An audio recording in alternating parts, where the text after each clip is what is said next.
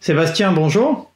Bonjour Jean-Pierre. Bon, je voulais savoir d'abord si tu étais en bonne santé et en sécurité à la maison. Alors, je suis en parfaite sécurité à la maison et on est en bonne santé, très bonne santé. Tout va bien, la famille va bien, donc honnêtement, voilà, de ce côté-là, on va dire que les voyants sont ouverts. Après, bon, comme je pense à chacun, c'est un peu compliqué, le confinement est pas des plus agréables, mais bon, c'est, comme on le disait, un moment assez particulier dans notre vie et bon. Je pense que malheureusement, je pense pas que ce soit le dernier, parce que quand on voit la tournure un peu des choses, j'ai peur qu'on revive ça d'ici quelques temps. Et bon, c'est comme toujours pour les premières expériences, c'est un peu difficile. On est tous à prendre nos repères, et voilà. C'est Et vous, personnellement, à la maison, comment ça se passe? C'est compliqué, vous arrivez à vous occuper, tu arrives à garder une vie Alors m'occuper, honnêtement, je vois pas passer les journées. J'ai 50 millions de choses à faire, j'arrête pas. En plus, on a le statut de enseignant, enfin instituteur, parce qu'on a deux enfants qui ont 5 ans et demi et 8 ans, donc tu substitues les enseignants et les instituts, et donc là, il y a toute une partie de travail avec eux qui est quand même très importante et qui prend beaucoup de temps. Beaucoup de temps, beaucoup d'énergie, parce que ils n'ont pas forcément envie de travailler. Ils n'ont pas forcément envie de travailler avec leurs parents en plus. C'est toujours un peu compliqué. Et là, il faut gérer l'approche, la pédagogie, le calme. Et c'est une partie que j'aime bien, honnêtement. M'occuper de l'éducation de mes enfants, ça me plaît. Maintenant, ça prend beaucoup de temps.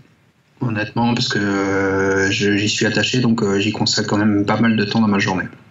et ta journée, tu la rythmes comment? Tu essaies de garder un rythme, de te lever à peu près à la même heure, Obligatoirement. et tu dis de telle heure à telle heure je travaille, de telle heure à telle heure c'est les enfants. C'est bien planifié ou c'est un peu au fil de l'eau? Alors, ça varie d'une journée à l'autre. Après, ce qui est clair, c'est que moi, je m'impose un certain rythme. Je suis plutôt un lève-tôt, donc j'en profite pour démarrer mes journées assez tôt et garder ce rythme-là. Je suis pas du genre à rester au lit, c'est pas mon truc, donc je me lève et après j'ai tout un rituel. Donc je passe la première partie de ma matinée à être focalisé sur moi. J'ai par exemple, tu vois, du style je me lève, la première chose que je fais, c'est j'ai les 5 rituels, le rituel des 5 Tibétains. Je sais pas si tu connais, c'est tout un enchaînement d'exercices qu'on fait à jeun. Donc je commence par ça, après je prends mon petit déjeuner et ensuite je me consacre une séance de préparation.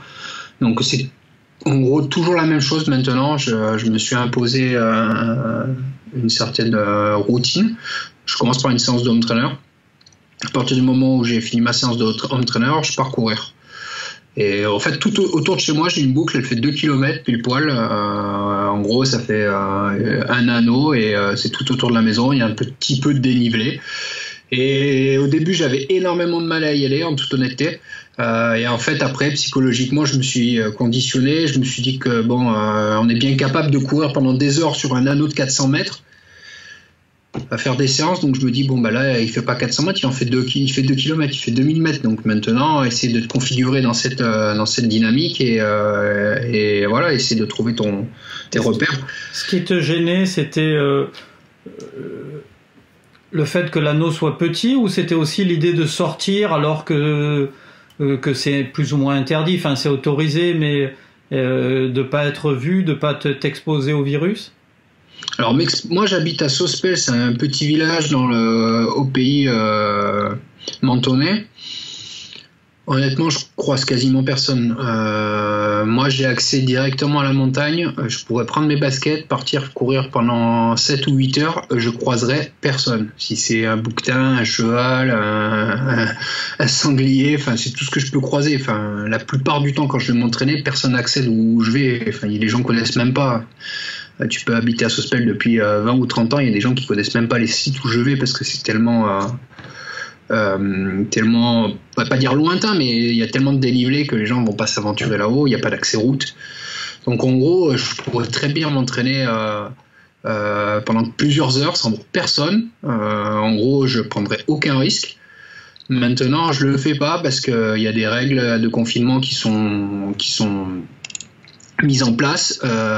Personnellement, j'ai envie de les respecter. J'ai pas envie d'entretenir ce stéréotype du sportif un peu bené qui se croit au-dessus des lois et qui va parcourir et qui voilà, les gens, malgré tout, le fait est qu'il y a des gens qui te voient, ils te connaissent, et j'ai envie de montrer cet exemple-là, de se dire, même moi qui passe 20 à 30 heures par semaine en pleine nature, maintenant je suis confiné, je fais mon petit rituel. Quand je disais je fais mon petit tour autour de la maison, ça va de 3 tours, donc je cours à peu près une demi-heure jusqu'à quasiment 1 heure. Mais même pas 1 heure, j'y arrive même pas. Là, je te dis au plus, je fais 50 minutes. Parce que j'ai pas envie non plus de trop taper dans le capital motivation. Parce qu'à faire ça, à un moment donné, il faut pas se leurrer, tourner en rond, toujours la même chose. Ça va un temps. Donc je fais juste ce qu'il faut, tu vois. 1 heure de home trainer, c'est mon maximum, et après minimum 3 tours, donc ça me fait 6 km avec le dénivelé, tout ça, ça me fait à peu près une demi-heure, 35 minutes, et après je vais tirer jusqu'à 50 minutes, voire 1 heure. Je vais réussir à faire 1 heure un jour, mais pour l'instant je les ai pas encore fait. Donc, et toi tu estimes que c'est de l'entretien, ou tu peux te faire aussi des séances de qualité avec des accélérations, en fait, c'est de l'entretien, et pour pouvoir garder cette notion d'entretien, j'y inclus de l'intensité, parce que sinon, en gros, la charge, 1 heure de home trainer plus 1 heure de vélo, c'est quasiment rien par rapport aux objectifs que j'ai. Faut être honnête, je peux pas faire grand-chose si j'y incrémente pas si je m'impose pas un peu d'intensité. J'ai trop de pertes. Donc avec ça, je fais un peu de gainage, pas mal de stretching, j'utilise mes rouleaux pour travailler un peu les fascias. Et voilà, après, c'est en gros, on ne sait pas le temps qu'on va rester confiné. Donc, je pars du principe qu'il faut essayer d'optimiser tous ces paramètres. Comme je te disais, le paramètre motivation, c'est ce curseur-là où, à un moment donné, si tu pètes une durite et te dire j'en ai ras-le-bol, je fais plus rien, ça, c'est pas bon. Donc, c'est justement trouver la bonne dose où, ça va toujours la même chose. C'est pour ça que moi, il m'a fallu du temps pour configurer cette routine journalière. Et voilà, là j'y arrive, psychologiquement j'y vais avec parfois du plaisir étrangement, et voilà, j'ai ma configuration, ça passe bien, c'est pas trop dur à mettre en place. Maintenant voilà, j'ai comme tout le monde hâte que le confinement s'arrête. En revanche, on sait pas combien de temps ça va durer. Ça risque de durer encore quelques semaines, à mon sens, vu la tournure des événements. On est encore coincé pendant quelques temps. Maintenant, voilà, il faut arriver à pas prendre trop de kilos non plus. Ça, c'est aussi le petit point sur lequel il faut être attentif, parce que moi je suis un bon mangeur. Et j'ai ma femme qui adore cuisiner, donc vu qu'elle est à la maison, elle en profite bien. J'ai mes enfants qui adorent aussi, donc on se retrouve avec pas mal de plats assez copieux, des fantaisies au niveau de la pâtisserie, ainsi de suite. Enfin, on a la chance de pouvoir goûter pas mal de choses qui sont gustativement très bonnes. Donc le truc, c'est de pas prendre trop de kilos, donc j'essaie de gérer ça aussi. Et parce que malgré tout, je fais un peu d'exercice, mais après je suis quand même confiné, donc à partir de là aussi, j'essaye d'avoir d'autres activités, comme j'ai pas mal de jardins, d'activités au niveau du jardinage, et donc j'en profite quand j'y vais franco, j'y laisse pas mal de calories, et j'essaie d'être actif. J'ai pas d'engin thermique, donc c'est tout à la pioche, la pelle, à la main. Et donc voilà, tu finis les demi-journées de jardinage, t'es bien trempé. T'as bien dépensé, tu t'es bien dépensé, donc après tu peux te permettre un bon repas. Et après aussi, en complément de ça, je vois que des fois, malgré tout, ton apport est plus important que ce que tu dépenses, donc j'hésite pas à sauter des repas et à faire des parties, des micro-jeûnes pour essayer d'équilibrer tout ça, et voilà, et pas finir avec 10 kilos de trop, quoi.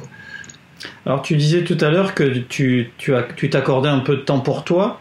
Est-ce que, par exemple, tu as redécouvert la lecture ou le visionnage de documentaires ? Je me souviens à l'époque, tu m'avais parlé de podcasts que tu écoutais souvent. Est-ce que tu t'es mis un peu sur ce genre de Alors les podcasts, je les ai tous enfilés, donc il n'y en a plus qui m'intéressent. Et puis en plus, la chaîne que j'écoute est en stand-by pour le moment. Maintenant, j'écoute énormément j'ai des canaux d'information qui à mon sens correspondent vraiment à ma philosophie, à mes valeurs. Donc j'ai essayé d'étoffer un peu tout ça. Donc j'ai différents canaux qui sont venus compléter un peu ma base de données. Donc que j'utilise énormément. À côté de ça, bon, je lisais déjà et là, ça m'a permis d'avoir un peu plus de temps sur des temps de lecture. Est-ce que tu peux nous donner le titre du livre que tu lis en ce moment, par exemple? Est-ce qu'on se demande si ça a un lien avec le sport ou pas? Alors moi, je lis pas réellement de livres orientés au niveau du sport. C'est plus au niveau sociétal, philosophique. Donc là, j'ai différents livres que je suis en train de lire. Donc là, je viens de terminer Un monde a-t-il un sens de Jean-Marie Pelt et Pierre Rabhi. Je suis en train de lire un livre d'économie sur l'histoire de l'économie et la construction de l'économie. Parce qu'à mon sens, il y a une implication sur la gestion de l'économie et la financiarisation et budget de façon globale et avec les orientations sociétales. Comment tu gères ton pays, ton équilibre budgétaire, ton équilibre sociétal, les écarts entre les riches et les pauvres, et ça c'est quelque chose qui porte beaucoup de sens. Je lis aussi des livres sur la collapsologie de Pablo Servigne, parce qu'il y a un intérêt par rapport à, notamment maintenant avec les faits actuels. Voilà, c'est très très très orienté sur des courants de pensée. Et voilà, je me documente un peu là-dedans et j'appréhende énormément la prochaine crise, enfin la crise qu'on est en train de vivre. Je pense qu'il ne faut pas se leurrer, 2008 c'était de la rigolade par rapport à ce qui arrive. Quand je vois ne serait-ce qu'autour de moi les répercussions sur les petites entreprises, les petits entrepreneurs, et ça va être catastrophique quand ça va vraiment vraiment exploser. Comment on va faire, je sais pas. Ce qui, je pense, va être très important. Donc, c'est assez paradoxal par rapport au sport. Et ça, c'est un de mes courants de réflexion. C'est qu'on nous a fortement éduqués avec le concept de compétitivité. Faut toujours être le plus fort. Faut toujours essayer d'avoir une hiérarchie par rapport à l'autre. Et au final, la vie, c'est la loi du plus fort. J'en suis pas sûr. J'en reviens. Et j'en suis plus à me dire que ceux qui arriveront vraiment à s'en sortir, c'est ceux qui seront dans un concept de collectivité. Et voilà, je pense que l'échange, le soutien entre les gens sera beaucoup plus bénéfique à notre société que vouloir encore rester dans ce système de compétitivité, de financiarisation et de toujours vouloir gagner toujours plus. Parce que là, on va rigoler quand on va vouloir nous parler de croissance, de PIB, quand il va nous falloir nous parler de notre société, quand il va falloir parler budget, j'ai hâte de voir les discours politiques auxquels on va avoir droit. Et voilà. Donc Sébastien Camus est en grande réflexion. Ah ouais, non, il y a de quoi se poser des questions, effectivement. Tu parlais tout à l'heure du confinement qui va peut-être durer beaucoup plus longtemps. Imaginons qu'on puisse plus jamais ressortir et que du coup tu en es à te souvenir des belles choses. Qu'est-ce que tu retiendrais de ta carrière sportive? Des bons moments, est-ce qu'il y a quelque chose qui te restera à jamais gravé? Il y a des petites saveurs qui me reviennent de temps en temps parce qu'au final on est confiné et là je suis en train de préparer quelques posts. Confinement égale rangement. Donc tu te replonges un peu dans tous ces... dans le tri de tes affaires, dans le tri de tes gigas de photos dans ton ordinateur, dans le tri de beaucoup de choses dans une vie. Et j'ai beaucoup de petites saveurs qui reviennent et qui sont très agréables, notamment des saveurs et des espoirs de pouvoir retourner à La Réunion, faire une diagonale des fous. Des saveurs autour de cette ambiance à Chamonix sur un UTMB et plein de photos où je me retrouve en pleine nature avec des panoramas juste magnifiques. Et voilà, il y a plein de choses et il y a une certaine nostalgie, mais au fond de moi, je sens que en fait, j'ai plus une motivation à vouloir revivre ces choses-là. Et, pour l'instant, voilà. Est-ce que tu penses qu'il y aura un avant et un après, même dans l'organisation des courses? que peut-être que les très grosses courses, je cite souvent l'exemple du marathon de New York, tu vois, est-ce qu'on peut imaginer encore qu'une course de 60 000 personnes avec des gens qui viennent du monde entier en avion, ça sera encore possible? Très bonne question, très bonne question. Le problème, c'est voilà, comment est-ce que ce virus comment va-t-il être géré? Demain, t'as pas de vie. Enfin, on n'arrive pas à trouver de vaccin, ça veut dire qu'il reste. Parce qu'au début, on nous l'a présenté comme une grippe. Quand il va faire chaud, ça va détruire le virus. Bon, c'est pas du tout le cas. Ça veut dire qu'il va être pérenne et il va continuer à se développer. Et voilà, demain, on n'a pas de vaccin. Comment on fait? Donc, c'est sûr et certain, ce type d'épreuve, ce mélange, ce melting pot international sur des gros événements, ça sera impossible. À mon sens, ça sera strictement impossible. Au-delà de ça, essayer d'imaginer ce genre d'événement avec des personnes masquées, c'est complètement hallucinant. T'en es à te retrouver à essayer imaginer des films sur les pandémies, des trucs hollywoodiens, mais malheureusement, je pense qu'on est confronté à ça et ouais, ça va être très étrange. Très étrange. Maintenant, imaginer un monde très sectorisé et se dire qu'on peut plus voyager, on peut plus se mélanger, tout ça, c'est assez troublant. Ouais. Bon, on va essayer de trouver une conclusion un peu heureuse. Qu'est-ce que tu vas faire de beau cet après-midi? Cet après-midi, j'ai plein d'emails. C'est pas super heureux. J'ai plein d'emails auxquels il faut que je réponde. J'ai des dossiers à remplir. J'ai des interviews qui sont en train de se mettre en place. Donc, faut que j'ai beaucoup de paperasse, beaucoup de temps devant l'ordinateur. Maintenant, c'est un temps auquel il faut que je me consacre là parce que ça fait partie de mon boulot. Ça fait partie de mes journées.